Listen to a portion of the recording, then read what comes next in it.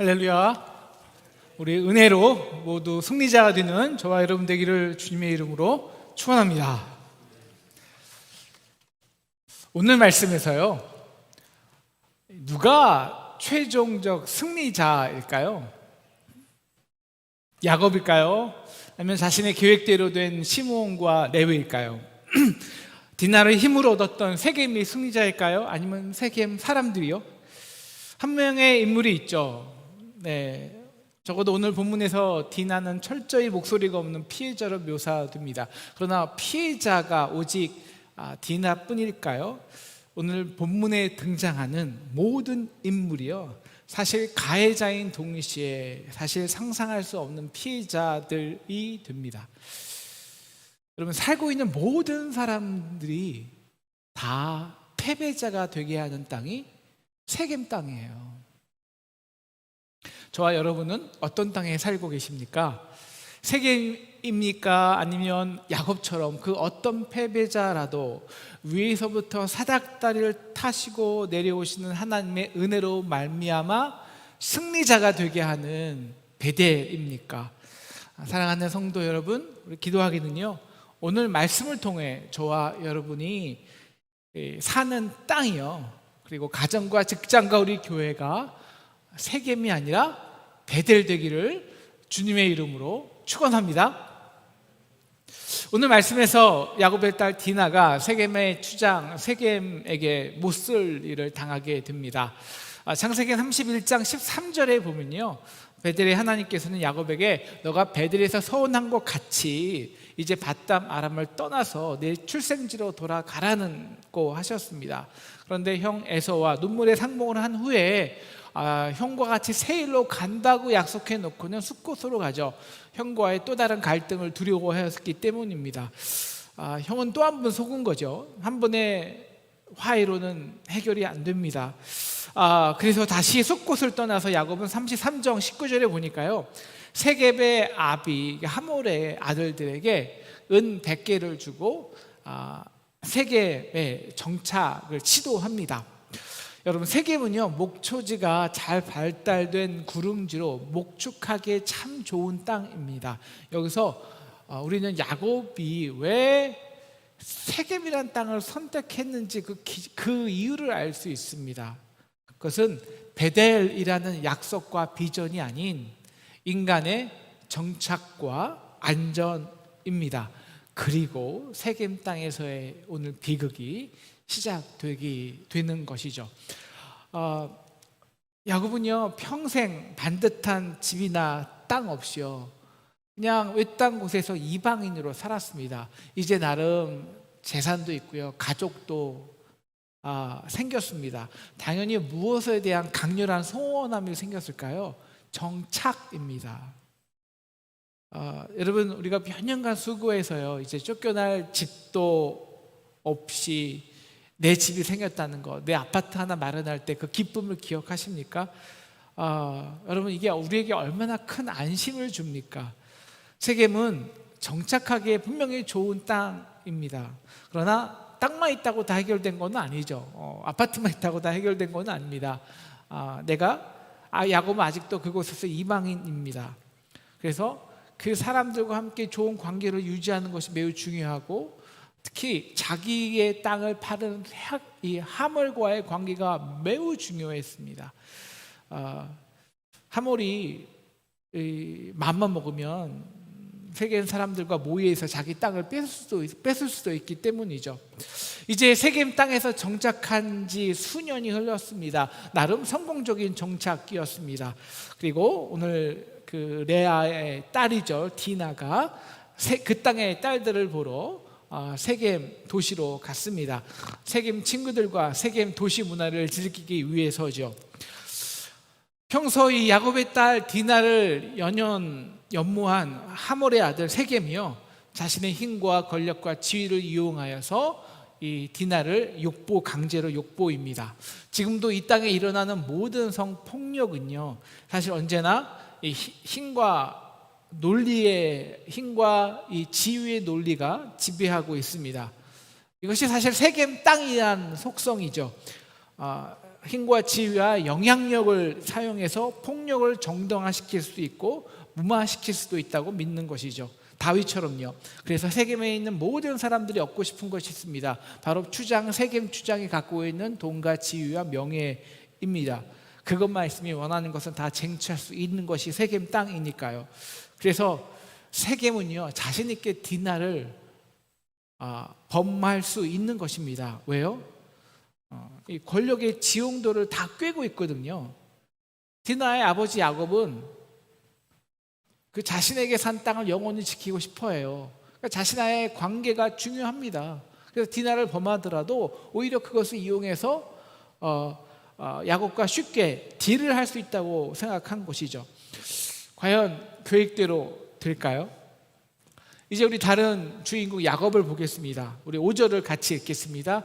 시작. 야곱이 그 딸 디나를 그가 더럽혔다 함을 들었으나 자기의 아들들이 들에서 목축함으로 그들이 돌아오기까지 잠잠하였고. 어떻게 딸이 이러한 끔찍한 폭력을 당했는데 잠잠할 수 있을까요? 사실 야곱도 분노했을 겁니다. 혹자는 이 디나가요, 이 레아의 딸이기 때문에 정이 없었을 거라고 이렇게 생각을 해요. 그러나 물론 디나가 라헬의 딸이었다면 대응 방식은 다를 수 있겠지만, 그래도 야곱이 침묵한 것은 분노하지 않아서가 아닙니다. 더 야곱에겐 또 다른 전쟁이 있었기 때문이죠. 어떤 전쟁일까요? 디나에게 미안하지만 아버지로서 그가 사랑하는 모든 가족들의 생존과 안녕을 책임지는 자리가 아버지입니다. 그리고 이 땅에서 그의 후손들이 성공적으로 정착을 해야 합니다. 그래서 디나에게는 미안하지만 그 작은 희생이 있더라도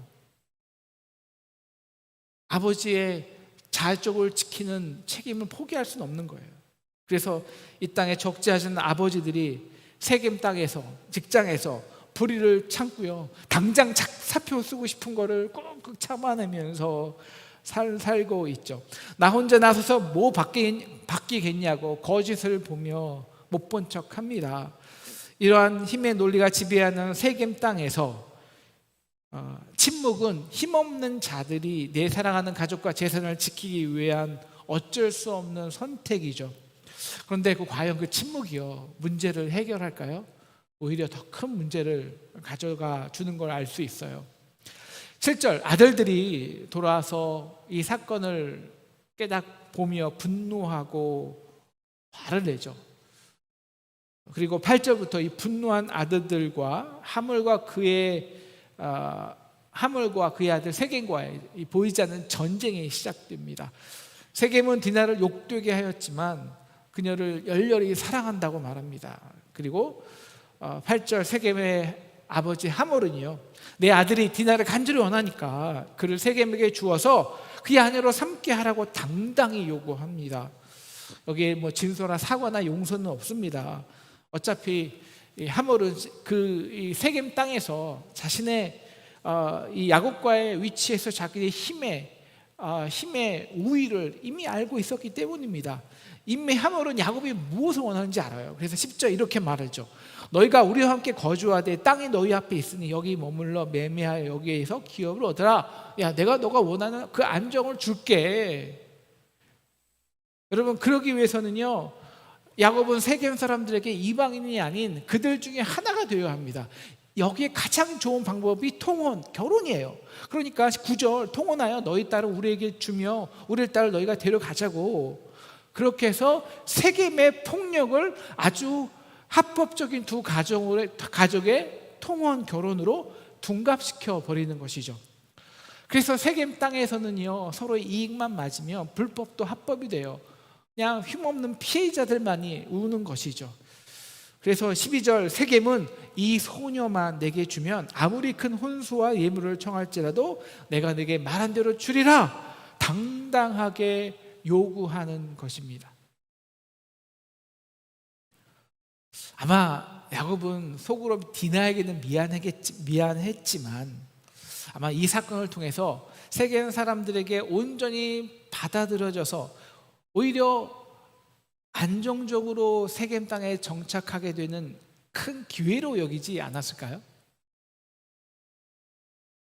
여러분, 우리가 세겜 땅에서 가족을 책임지기 위해서 발버둥 쳐보지 않은 사람이 과연 이 야곱을 비판할 수 있겠냐고요. 그러나 그의 아들들은 입장이 다릅니다.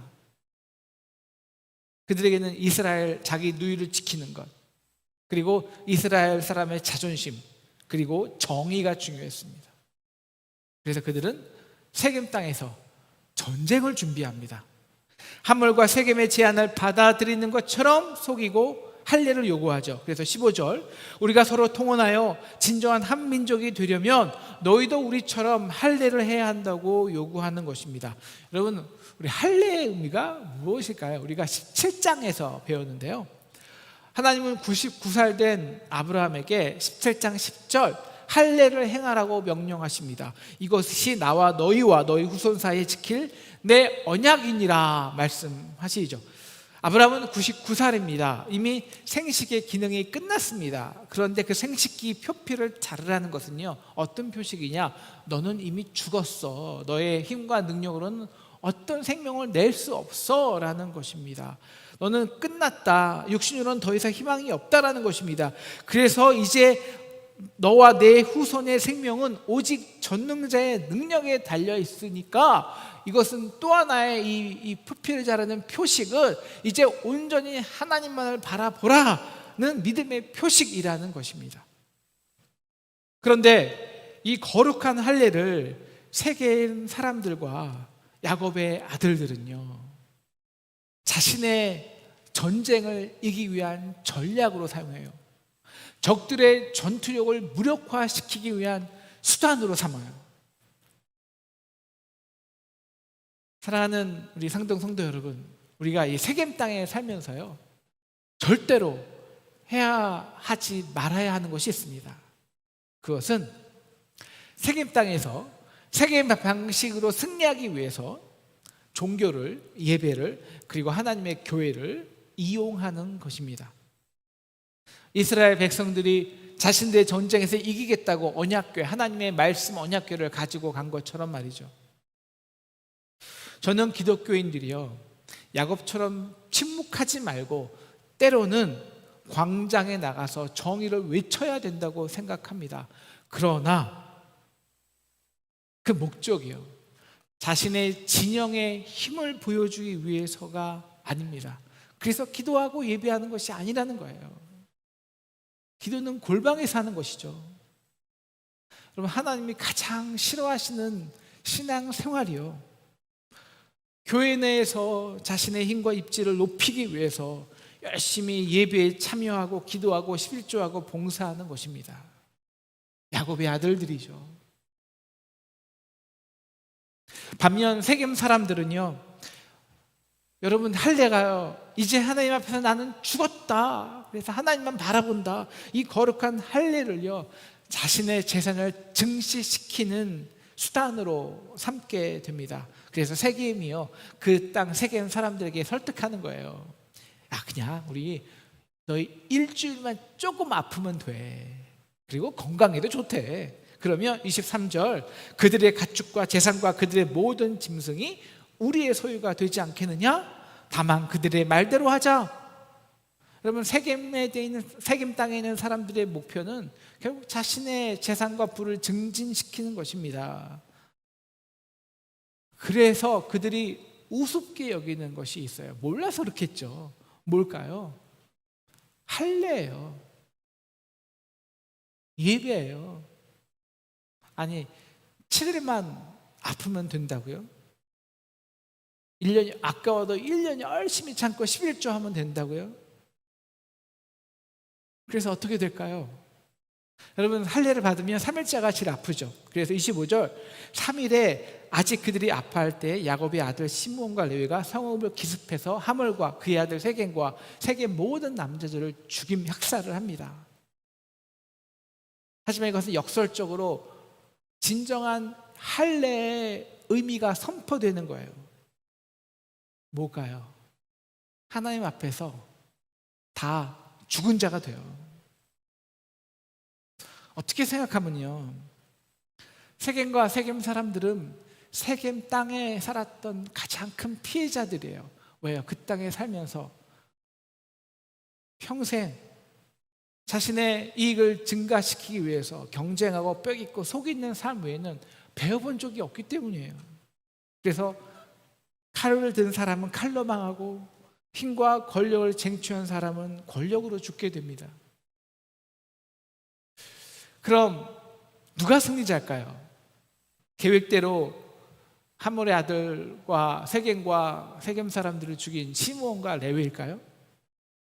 네, 그들은 할례를 전쟁의 도구로 사용해서 승리했습니다. 그래서 원래 그들의 목적처럼 그들의 정의를 세겜 땅에 보여주었냐는 거예요. 우리가 27절, 29절을 보는데요. 28절부터 한번 읽겠습니다. 28절부터 시작. 그들의 양과 소와 나귀 외 그 성읍에 있는 것과 들에 있는 것과 그들의 모든 재물을 빼앗으며 그들의 자녀와 그들의 아내들을 사로잡고 집 속의 물건들을 다 노략한지라.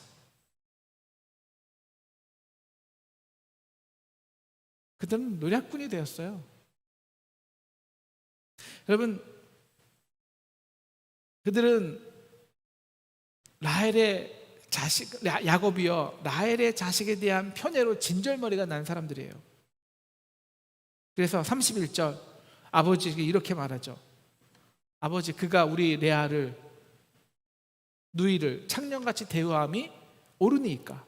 과연 이 시므온과 레위가 이것을 세겜에만 해당한다고 말한 것일까요? 딸 디나의 아픔을 자신의 경제적인 목적을 쟁취하기 위해 수단으로 삼은 아버지 야곱에 대한 말은 아닐까요?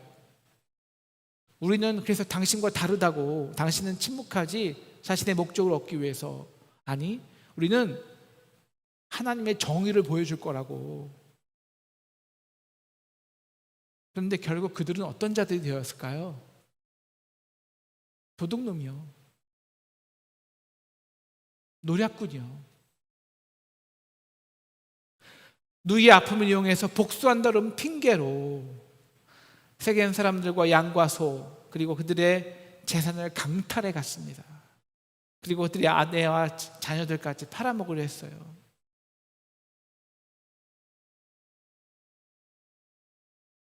디나의 아픔을 이용해서 정의를 세운 것이 아니라 자신의 탐욕을 채운 것이죠. 그래서 하나님의 정의를 나타낸 것이 아니라 악취만을 풍기는 자들이 돼요.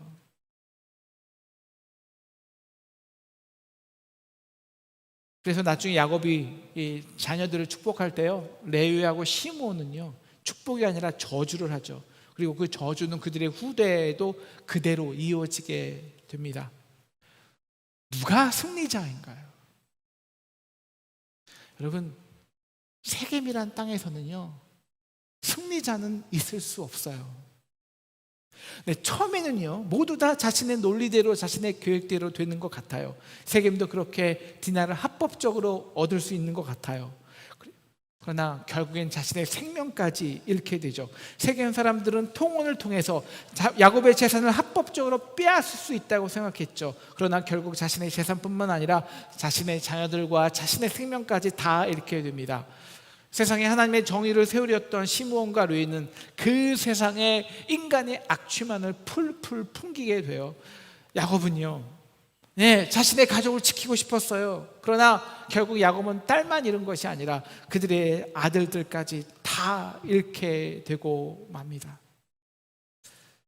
정착이 간절한 희망이었는데 이제 그 세겜 땅에서 도망하는 것이 목적이 되어 버렸습니다. 바로 그곳이 세겜 땅이에요. 세상이에요. 그리고 그 세상에 사는 모든 사람들은 이렇게 패배자가 됩니다. 왜 그럴까요? 그 땅에는요 하나님이 없기 때문입니다. 하나님의 약속이 없어요. 언약이 없어요.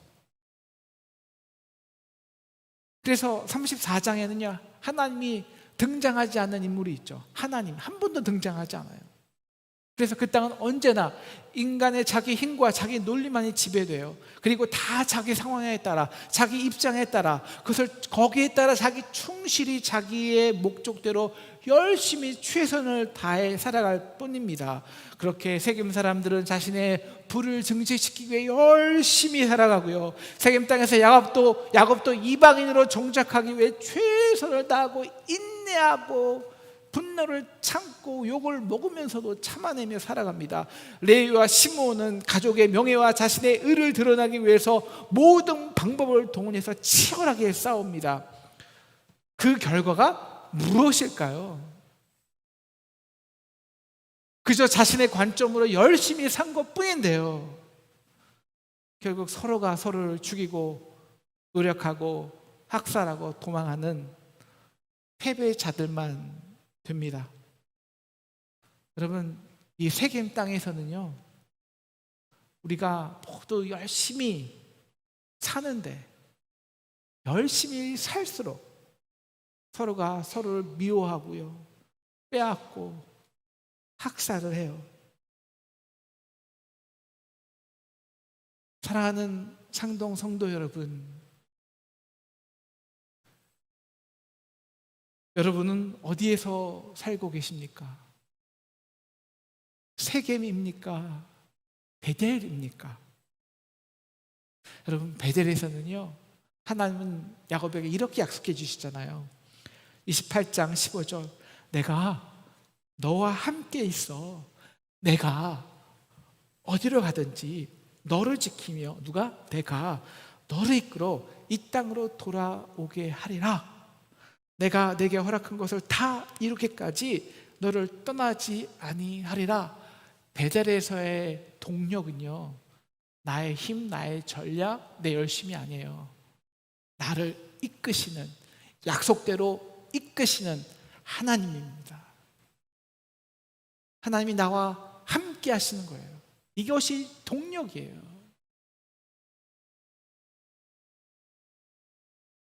물론 우리는 베델에서만은 살 수 없어요.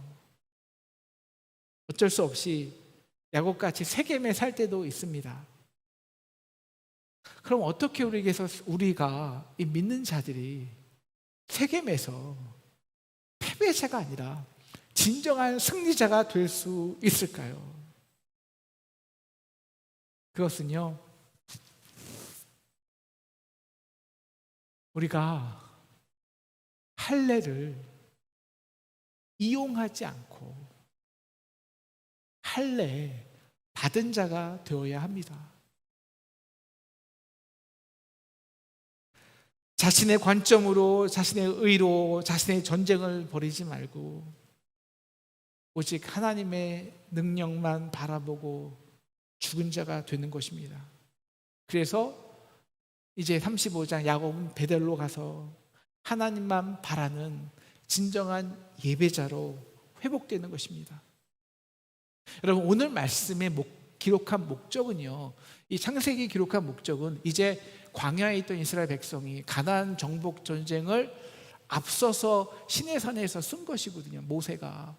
오늘 말씀에 기록한 목적은, 여러분, 원래 이 세겜 가나안 사람들과의 처음 전쟁은 시므온과 레위가 있어요. 철저히 실패했죠. 뭐냐? 너희는 이렇게 하면 결코 가나안을 정복할 수 없다는 것입니다. 그들에게 가르쳐 준 거예요. 그래서 이스라엘 백성이요, 실제적으로 이제 가나안 정복 전쟁을 시작하기 위해서 요단강을 건너잖아요. 바로 건넌 후에 하나님께서 여호수아에게, 이스라엘 백성에게 요구하는 것이 있습니다. 뭘까요? 할례 받으라는 거예요. 할례 받으라는 거.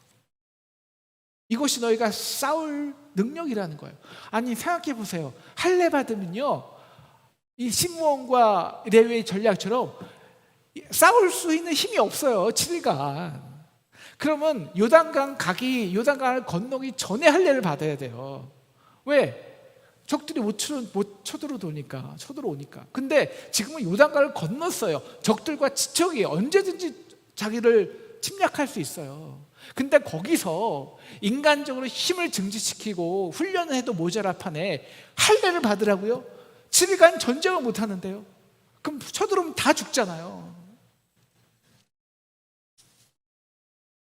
무슨 뜻입니까? 세겜 땅, 그 가나안 땅을 정복하는 길은 인간적인 힘과 능력으로 정복될 수 없다는 것입니다. 그럼 그 결과는 또 다른 보복과 피 흘림, 그리고 또 다른 전쟁이 나는 거예요. 그것은 진정한 하나님 나라의 정복이 아니라는 것입니다. 이러한 자기 관점, 자기 의로 싸우는 시도와 전쟁을 멈추라는 거예요. 그래서 할례를 받고 하나님의 의와 능력만을 전적으로 의지하고 찬양하는 예배자가 되라는 것입니다. 그러면 하나님이 언약한 대로 우리와 함께 하신다는 거예요. 그래서 이들이 어떻게 가나안 땅을 정복했나요? 이 여호수아 5장 말씀에 보면요, 그들이 할례를 받고요, 이제 여호수아가 이 여리고성을 정탐하기 위해서 가보다가 눈을 들어보다가 여호와의 군대 장관을 만나요. 그래서 이렇게 물어보죠. 야, 너는 누구 편이야? 내 편이야? 내 적 편이야? 그러니까 여호와의 군대 장관이 이렇게 말해요. 야, 중요한 거 내가 너 편이라고? 아니, 중요한 거 너가 내 편이야? 너가 하나님 편이야? 나는 하나님의 군대 장관이야 라는 거예요. 우리가 우리의 싸움을 위해서 하나님을 우리 편 만들는 게 아니라 우리가 하나님 편 되는 거예요. 그래서 하나님의 싸움으로 싸우는 거예요. 그리고 위해서 우리가 먼저 할례를 받고 정결하게 되는 거예요. 그래서 여호수아에게 이곳은 거룩한 땅이니 네가 신을 벗으라고 말하죠. 신을 벗으라는 것은 철저히 그분에게 종이 되라는 겁니다. 그분의 말씀대로, 그분의 방법대로 순종하라는 거예요. 그래서 그들이 어떻게 싸우나요? 전쟁으로요? 힘으로요? 아니요. 그들은 하나님의 말씀에 순종합니다. 그래서 뭐 어떻게 해요? 그냥 7바퀴 돌아요. 그리고 하나님을 찬양하고 예배하고 함성을 질러요. 예배자가 되는 거예요. 그래서 여리고성을 정복한 거예요. 사랑하는 상동 성도 여러분, 우리 모두는요, 반드시 최종적 승리자가 되어야 합니다. 그래서 우리는 내 의가 아닌 이미 승리하신 십자가의 의로 승리해야 합니다. 십자가와 함께 죽고 그분의 부활에 참여해야 합니다. 그러기 위해 우리는 세겜에서의 세상적인 싸움 방식을 내려놓아야 합니다. 내 방식으로 내 의를 세우기 위해 할례까지 오용하는 우리의 열심을 내려놓아야 합니다. 그리고 진정 할례 받은 자가 되어야 합니다. 우리가 이제 7층 여러분이 복도 계단을 내려가시면 우리가 창세기 4장 아벨의 예배 때 배운 현수막이 있어요. 믿음의 예배는 예배자의 죽음이 반드시 동반됩니다. 믿음의 제사란 우리와 함께하기 위해서 산 죄물이 되신 그 어린 양의 풍성한 사랑 앞에 우리의 상황, 우리의 관점, 우리의 의의를 무너뜨리는 것입니다. 그러면 그 자리에 감사와 감격 그리고 찬양과 경배만이 가득합니다. 그렇게 승리하는 거예요. 그래서 할례 받은 자는요, 그래서 서로가 서로에게 악취가 아니라 하나님의 그리스도의 향기를 품어내는 거예요. 이렇게 우리 모든 상동 성도들이 한 명의 패배자 없이 모두 승리자가 되기를 주님의 이름으로 축원합니다.